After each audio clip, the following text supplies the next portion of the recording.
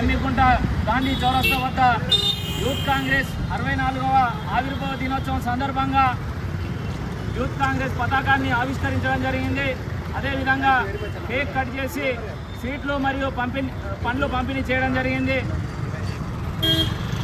భారతదేశ ఉద్యమంలో యువత ఎంత కీలక పాత్ర పోషించిందో స్వాతంత్ర ఉద్యమంలో యూత్ కాంగ్రెస్ నాడు కీలక పాత్ర పోషించింది. అందులో ఆర్మీ స్థాపించినటువంటి సుభాష్ చంద్రబోస్ గారు యూత్ కాంగ్రెస్కు జాతీయ అధ్యక్షుడిగా వ్యవహరించడం జరిగింది. అదేవిధంగా భగత్ సింగ్ గారు ఇలాంటి నిప్పురవ్వ లాంటి ఉక్కు కణికలు ఏ విధంగా ఉంటాయో వారందరూ కూడా యూత్ కాంగ్రెస్లో ఎదిగి భారతదేశానికి స్వాతంత్రం తీసుకొచ్చారు. భారతదేశానికి గర్వకారణంగా వాళ్ళు ఆదర్శంగా నిలిచారు. అలాంటి యూత్ కాంగ్రెస్లో మేమంతా కూడా పనిచేయడం చాలా గర్వంగా ఉంది. అదేవిధంగా ఏ విధంగా అయితే యువతకు నిరుద్యోగ విషయంలో తెలంగాణ రాష్ట్ర ప్రభుత్వం ఎలాంటి హామీలు ఇచ్చిందో ఆ హామీలన్నింటినీ కూడా నెరవేర్చడంలో మా హుజురాబాద్ వంతుగా మేము ముందుండి ప్రభుత్వ ఫలాలన్నింటినీ కూడా యువతకు అందించే విధంగా మేము కృషి చేస్తామని చెప్పేసి, అదేవిధంగా తెలంగాణ తెచ్చుకున్నాం.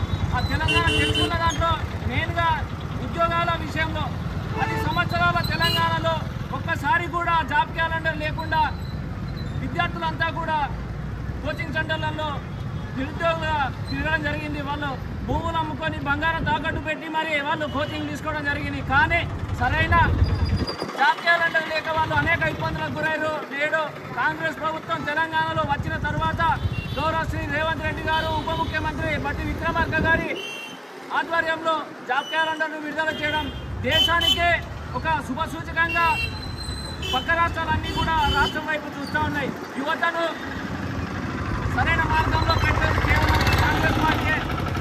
కాబట్టి యువత అంతా కూడా పెడదోర పట్టకుండా ఈ జాబ్ క్యాలెండర్ను ఏ విధంగా వినియోగించుకుంటారో ఆ విధంగా వినియోగించుకోవాలని కోరుకుంటూ జై యూత్ కాంగ్రెస్.